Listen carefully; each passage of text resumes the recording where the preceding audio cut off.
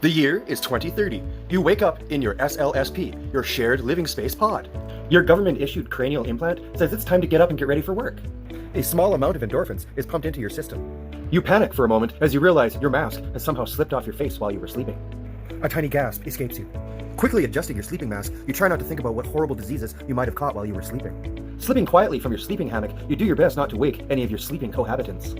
Time for breakfast. Choking a little on your nutritionally balanced insect cake, you wash it down with a little bit of reprocessed raw sewage water. You have to wait your turn for the bathroom because this is a shared living space. You share this pod with 3 other families. Sitting cross-legged on the floor because there's no furniture, you pull out your DVA, your daily vaccine allotment bag.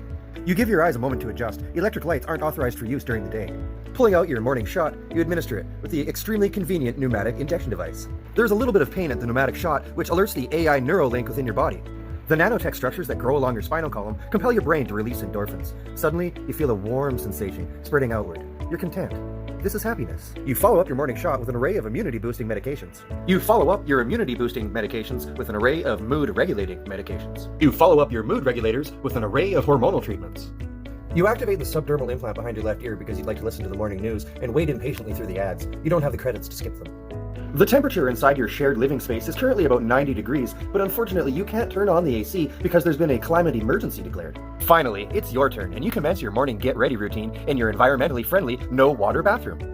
Dutifully bagging up your fecal matter, you drop it into the dry waste receptacle. Exchanging your inside mask for your outside mask, you're ready to face your day. Stepping outside of your pod, you look to the sky and see that the chemtrail jets are already hard at work. Grid marking the clear blue sky, you see as the jet streams slowly spread and the sky becomes just a little bit dimmer. You remember reading an article online about how somehow reducing the amount of solar energy that reaches the planet is going to be good for the environment.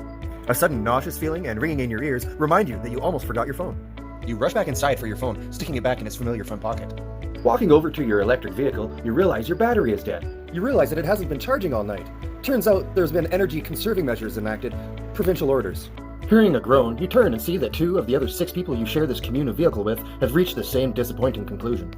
You almost start to get upset for a few seconds, but then that familiar warmth spreads outward from your spine and you realize this is okay. You're happy. You decide to walk to work, but halfway there a climate control officer stops you and says that it's illegal for you to be out of your quarantine zone. You thank the officer and tell him he's doing a good job. As a reward, a flood of euphoric happy chemicals hits your brain, and you can't help but smile as you turn to walk back home.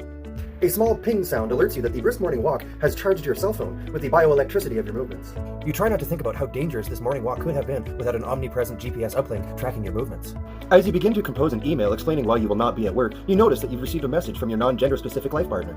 Zazer informs you that they have a forgotten appointment this morning, and that you will need to pick up your shared offspring from MAP sleepover camp. You feel anger start to fill you, but then that familiar warmth takes over, and again, you're happy. Your stomach growls, and you spot a stand selling chemically reconstituted waste bars. Unfortunately, your transaction is refused due to a social media post you made 3 days ago. You turn away from the stand, disappointed, but there are no compensating chemicals released into your brain to make you feel better. You knew what you did. What you did was wrong, and you deserve to feel bad. As you walk, you notice that yet another play park is being disassembled. With the current birth rates, there just isn't enough children to justify having this many parks around, and a lot of them are being disassembled and reclaimed for other purposes. Nearly back home, you suddenly freeze in your tracks at the sound of yelling voices. Yelling has been illegal for 3 years now. You soon saw the source of the commotion. A group of sexist, racist, bigoted anti-vaxxers were being arrested by a squad of climate control officers.